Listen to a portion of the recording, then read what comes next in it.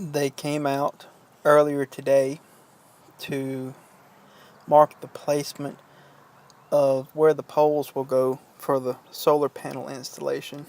As you can see, the little orange flags scattered hereabouts.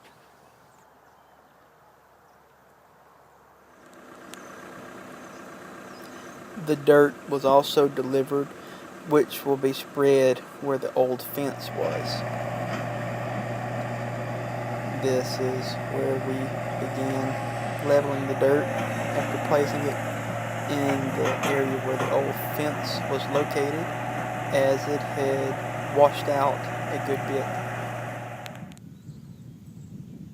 bit. And this is just a final glance of the dirt that we've spread so far. They should be ready to come drill the holes for the solar panel installation in the next few days.